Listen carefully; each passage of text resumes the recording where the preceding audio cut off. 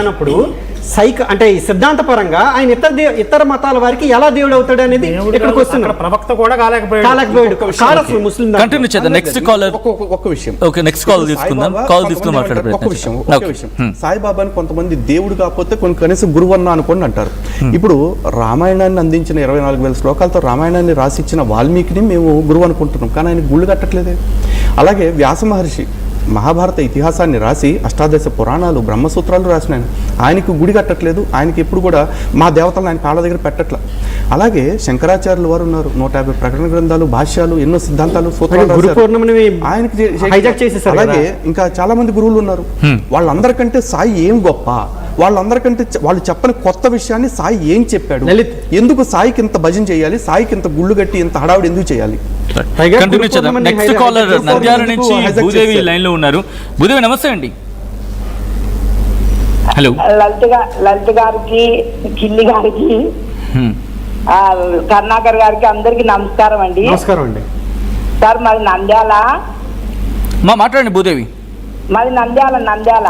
వినిపిస్తుంది చెప్పండి సార్. మస్తుగా గుళ్ళన్నీ మూత పడిపోయినాయి, అందుకు వాళ్ళకు బాగా మండుతుంది, ఎక్కడో మండేగాడ మండుతుంది సార్. వాళ్ళకు ఎవరు లేరు, భక్తులు లేరు, అందరు తెలుసుకున్నారు వాళ్ళ దయ వల్ల. నా కరుణాకరు, కిల్లి గారు అందరి దయ వల్ల కనుక్కున్నారు జనాలు. కనుక్కొని బాగా చేసినందుకు వాళ్ళకు మండుతుంది లేండి సార్. సాయి భక్తులకు మండుతుందని చెప్తున్నారు. సాయి భక్తులకు బాగా ఎక్కడో మండుతుంది, చెప్పరాని చోట మండుతుంది సార్ వాళ్ళకు. అంతేలే సార్, నాకేం పెద్ద చదువు రాదు నాకు, అంతేలేండి సార్.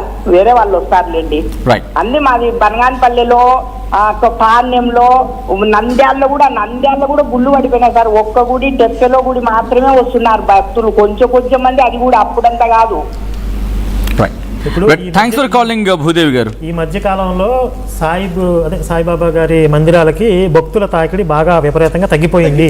ఎందుకంటే సోషల్ మీడియా వచ్చిన తర్వాత ఇవన్నీ నిజాలు మాట్లాడడానికి చాలా మందికి స్వేచ్ఛ దొరికింది. అంతకుముందు వాళ్ళు చేసిన ప్రచారమే తప్ప వాస్తవాలు ఏంటి ఎవరికి తెలియదు. ఆ ప్రచారంలో పడిపోయి చాలామంది మోసపోయారు సోషల్ మీడియా ప్రభావంతో. ఇప్పుడు మేము స్టార్ట్ చేయడానికి ముందే చాలామంది రకరకాల మాధ్యమాల్లో మాట్లాడారు.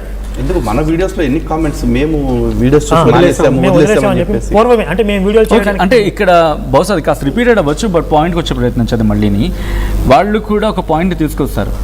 ఆయన గురువుగానే చెప్పుకొచ్చారు, లేకపోతే అసలు పూజించకంటే అంటే ఆ వాళ్ళే ఆయన పూజించి, లేకపోతే ఆయన ఒక ప్లేస్మెంట్ ఇచ్చి ఆయన్ని గురువుగా దేవుడిగా ఆరాధించా, మాకు అలా కనిపించారు ఇలా కనిపించారని చెప్పి భక్తులు మాట్లాడే మాట.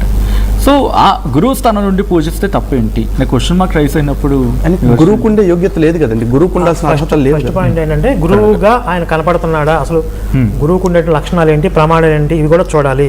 ఒకటి, ఇప్పుడు హిందుత్వంలో ఆయన ఒక మంచి గురువుగా చూడాలి అంటే ఆయన ఈశ్వర, పరబ్రహ్మ, పరమాత్మ అనే శబ్దాలతో పరమాత్మను ఆయన సంబోధించాడా, పరమాత్మ యొక్క తత్వాన్ని ఎప్పుడన్నా చెప్పాడా, పరమాత్మ తత్వాన్ని ఆయన చెప్పిన సందర్భాలు ఏంటి, ఆయన గుణగణాలు ఏంటి ఎప్పుడు చెప్పాడు చెప్పండి. సచ్చరిత్రలో చూస్తే ఎప్పుడు అల్లా గుణగణాలను కీర్తించేవాడు, పాడేవాడు అని చెప్పి సచ్చరిత్రలో ఉంది. అల్లా గురించి పాటలు పాడేవాడు ఉంది, సప్తాహం చేసేవాడు, నామసప్తాహం. అల్లా గురించి పాటలు పాడేవాడిని హిందువులు ఎందుకు పూజించాలి? ముస్లిమ్స్ కదా పూజించాల్సింది. అంటే ఆయన గురువుగా చూడాల్సింది ఎవరు? ముస్లిమ్స్.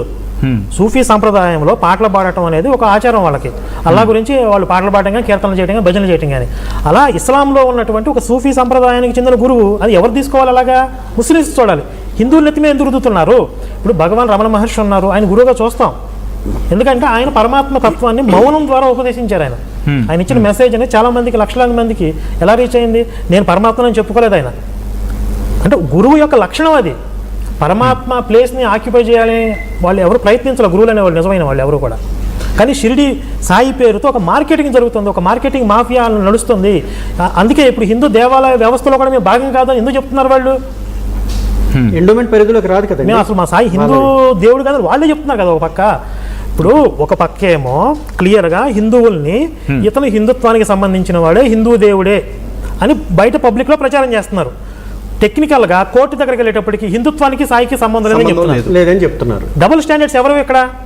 మీరు హిందూ దేవుడు బయట ప్రచారం, అదే కోర్టులో చెప్పండి. ఎందుకు చెప్పరు?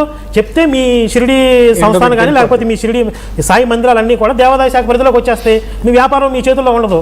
అట్లాగే చెప్పండి. ఇక్కడ సాయి భక్తులు చేస్తున్న ఇంకొక జిమ్మిక్ ఉంటుందండి. సాయి దేవుడా అని చెప్పేసి మనం గ్రంథాల ఆధారంగా ప్రమాణాలతో నిరూపించమంటే వాళ్ళు ఏమంటారు, అక్కడెక్కడో ఆయన చెప్పాడు, ఇక్కడెక్కడో ఈయన చెప్పాడు, అదేదో పుస్తకంలో ఎవరో రాశారు అని చెప్పి వేద ప్రమాణాన్ని, ఇతిహాస ప్రమాణాన్ని, పురాణ ప్రమాణాన్ని, ఉపనిషత్ ప్రమాణాన్ని దేన్ని చెప్పకుండా శిష్టాచారం కూడా ప్రమాణమేగా అంటారు. కానీ ఇక్కడ ఫస్ట్ ఆలోచించాల్సింది శిష్టాచారం అంటే ఏంటి, శిష్టుడు అంటే ఎవరు, అది కూడా ఆలోచించాలి. మళ్ళీ శిష్టుడు అంటే ఎవరు, వేదం ఏదైతే చెప్తుందో ఆ జీవనానికి అనుసరించి బ్రతికిన వాడే శిష్టుడు అవుతారు. అలాంటి వాళ్ళు ఏం చెప్పారు అది చూడాలి. కేవలం గ్రంథాలని ప్రవచనాల్లాగా చెప్పేవాళ్ళు వీళ్ళందరూ శిష్టులు అనుకోవాల్సిన అవసరం లేదు. వాళ్ళు జ్ఞానులు, ప్రవచనకర్తలు అంతే. శిష్టాచారం కూడా అల్ప ప్రమాణం. అల్ప ప్రమాణం.